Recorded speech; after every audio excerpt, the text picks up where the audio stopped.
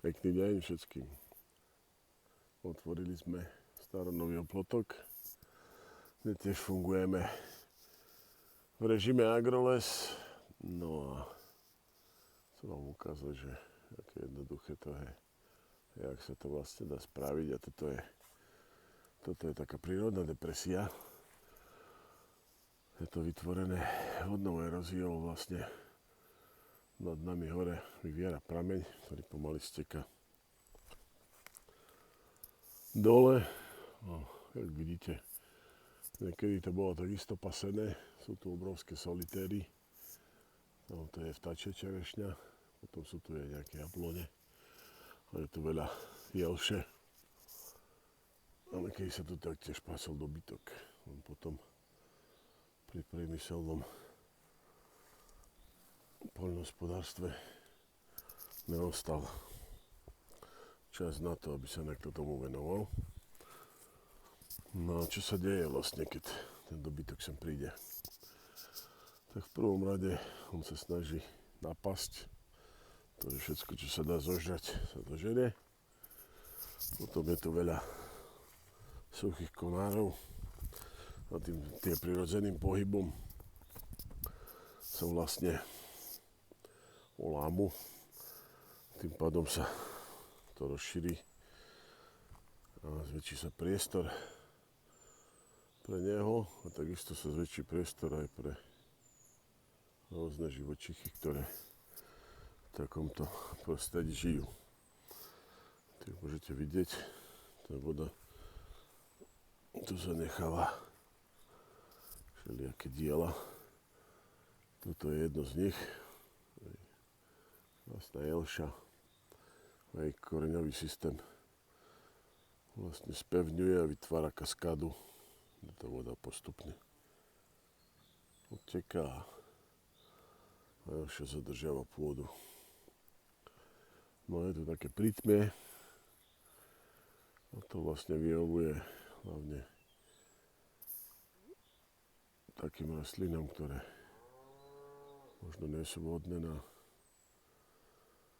to spasanie, ale keď to dáte dobytok, tak on si začne vlastne pretvárať ten porast. A tým, že mu vychodí si aj takéto cestičky, tak vlastne otvorí aj tú pôdu. A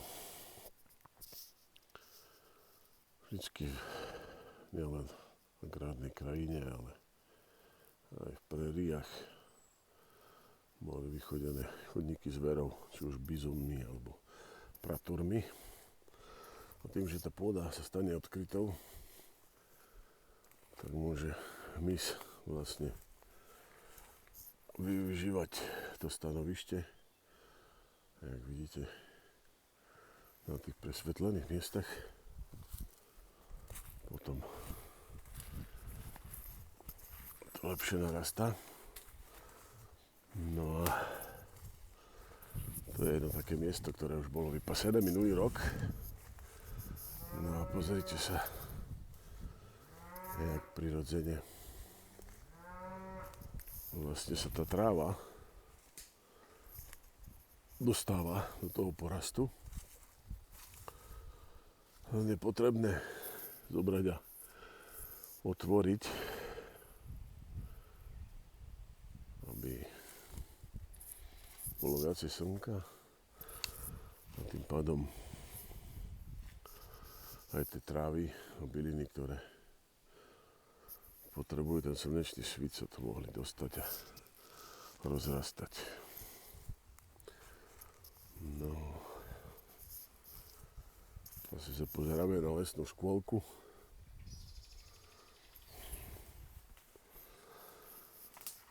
Ktorá takto sa tu trápi. Dá sa to porovnať s chovom na reťazi. Sice vzdialenie, ale určite tie krávy by si radšej vybrali nejakú betónovú podlahu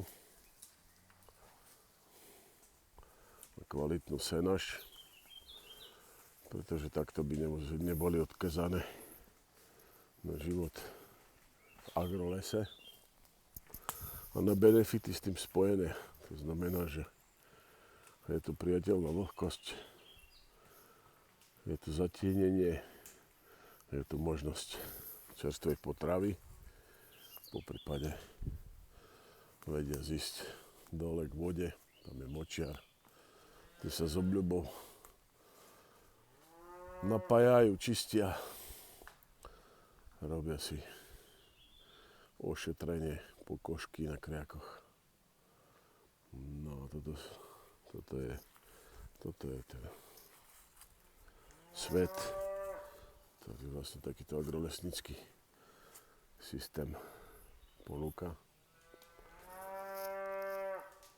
A ako sa spomína aj v prvej časti, myslím si, že toto je východisko z poľnohospodárskej politiky chemickej, pretože takýchto miest na Slovensku je obrovské množstvo. Myslím si, že nielen na Slovensku, ale aj Európa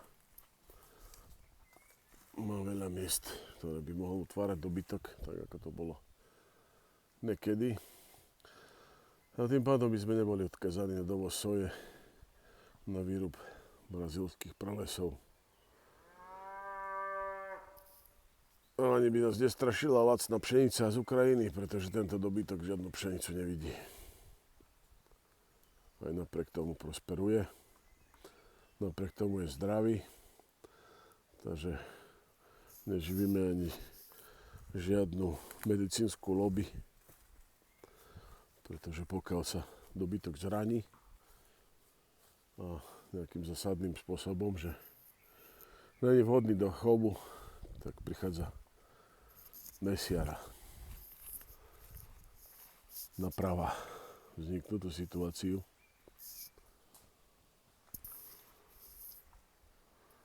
A týmto spôsobom vlastne na nás nezarábajú nejaké nadnárodné reťazce. No a na vaše zvaženie už stáva, že či tento spôsob chovu je horší, ako vám prezentujú, a to, čo vám predávajú v reťazcoch, tak je produkt chemického poľnohospodárstva. A malo by to byť označené, malo by to byť zvýraznené a určite by to mal byť trojuholník s výstrahou, aby každý, kto kupuje a užíva takéto produkty, bol varovaný, že to, čo bolo dopestované, vychované, používalo chemiu.